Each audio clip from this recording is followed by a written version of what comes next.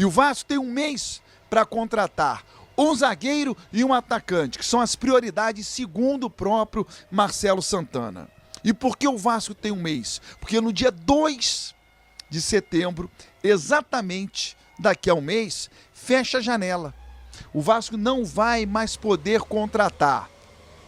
Então, até o dia 2 de setembro, o Vasco precisa fechar uma negociação com um zagueiro e também com um atacante. Eu não vou especular qualquer nome, são muitos atletas que são oferecidos ao Vasco, outros que o Vasco vai atrás, e aí tem a competitividade com outros clubes. O fato é que o Vasco, corre atrás do tempo. Amanhã tem jogo diante do Bragantino, em São Januário, mais uma vez o estádio lotado. A torcida é medalha de ouro. A torcida do Vasco sempre chega junto e não está sendo diferente. O Vasco precisa vencer. Eu fui dar uma olhada hoje, com muito carinho, na tabela de classificação e você vai perceber que se o Vasco vencer o Bragantino, ele inverte com o Bragantino a situação na tabela. O Vasco é o 11º, o Bragantino é o 10º. Só que o Bragantino tem um jogo a menos. Então, se o Vasco perder para o Bragantino, dificilmente o Vasco vai conseguir, nas próximas rodadas, chegar na primeira página da tabela, que é do 1º ao 10º. Porque o 10º hoje é o Bragantino com um jogo a menos e está na frente do Vasco. Se ele vencer o Vasco, ele abre uma boa vantagem na pontuação, ainda com jogo a menos. E o confronto já foi realizado.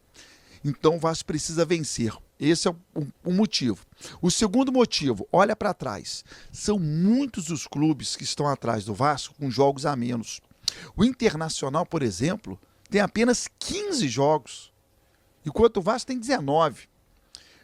O Internacional provavelmente vai ultrapassar o Vasco. Ele não vai ficar sem pontuar tantas partidas. E outros clubes também. Então é fundamental que o Vasco volte a vencer. O Vasco pega o Bragantino em São Januário e depois pega o Fluminense no estádio Newton Santos. Futsal, ontem o Vasco jogou a fase oitavas de final do Campeonato Brasileiro, jogo em Santa Catarina, diante do Concórdia. O Vasco estava ganhando o jogo 1-0, gol do Daniel Leal, estou mostrando o gol aí para você. Faltando 3 segundos, o Vasco tomou o gol de empate. O jogo da volta será no dia 8, próxima quinta-feira, em Teresópolis. Ingressos esgotados, não tem mais ingressos para o jogo com o Atlético Goianiense na próxima terça-feira. Vale a vaga na fase quartas de final da Copa do Brasil, ficar a 6 jogos do título importantíssimo, da vaga direta na fase de grupos da Libertadores. Ultrapassar as oitavas significa colocar 4,5 milhões de reais. É sobre dinheiro que eu vou conversar com você agora, aqui no nosso Café Vascaíno. Então vamos embora? Vamos juntos, porque o Vasco tem algumas heranças deixadas pela 777. O processo segue de busca por um novo comprador, um novo investidor. Algumas dúvidas ainda não foram sanadas, mas o Vasco está no mercado para tentar que um comprador pegue a parte que era da 777, que hoje está sob o poder da ACAP, que foi a seguradora que encampou as dívidas e problemas que a 777 deixou pelo caminho. E no Vasco alguns ficaram. Pagamento de comissões a empresários. Quem acompanha o canal sabe que há muito tempo eu falo que o Vasco devia comissões a empresários. Alguns clubes ainda têm a receber do Vasco. Alguns jogadores têm luvas a receber.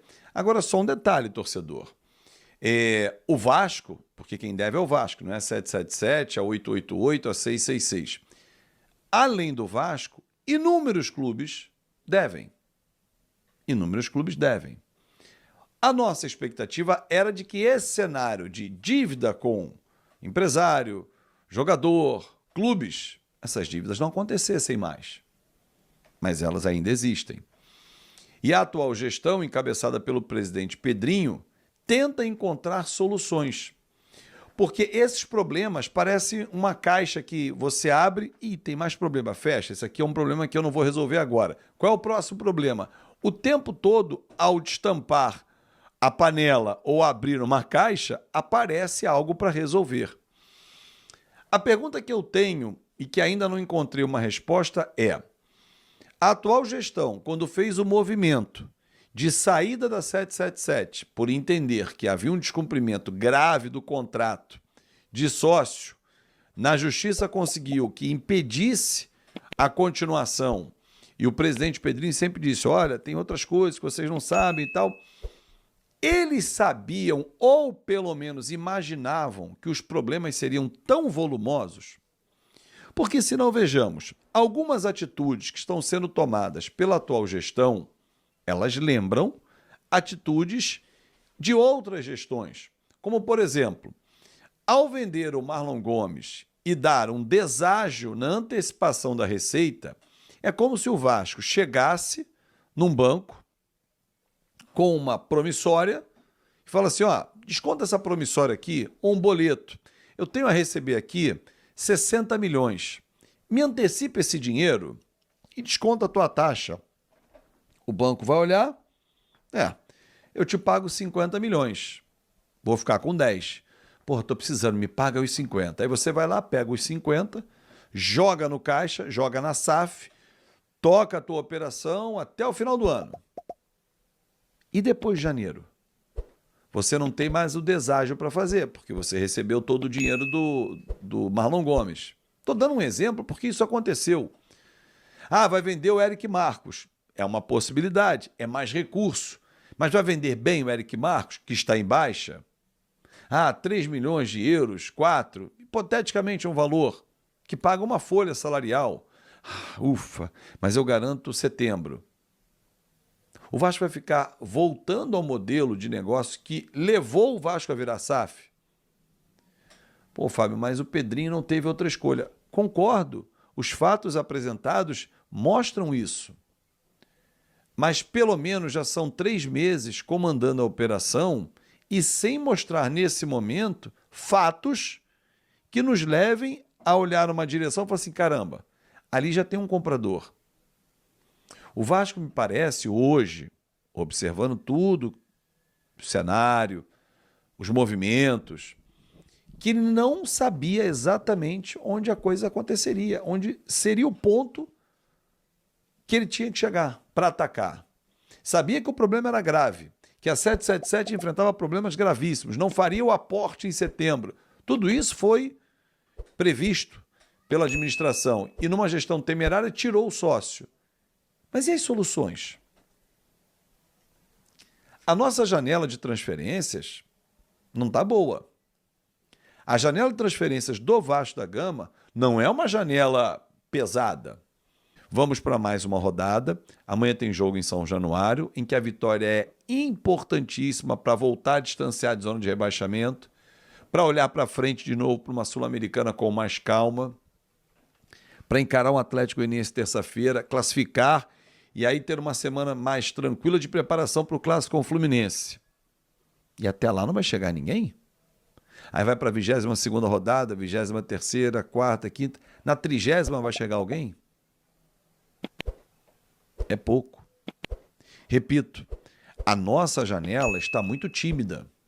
E nós precisávamos tanto de reforços como o Corinthians, como o Cruzeiro, tantos outros que estão se reforçando. O Botafogo talvez não precisasse tanto, e mesmo assim se reforçou. Mas eles têm recursos. Tá bom. Esse ano, nossa janela está tímida. Mas será que a gente está apontando na direção para o ano que vem ter uma janela daquelas? Muito me preocupa. Agora, que a herança deixada pela 777 é pesada, isso é. E aí, galera, essas foram as últimas atualizações sobre o Vasco.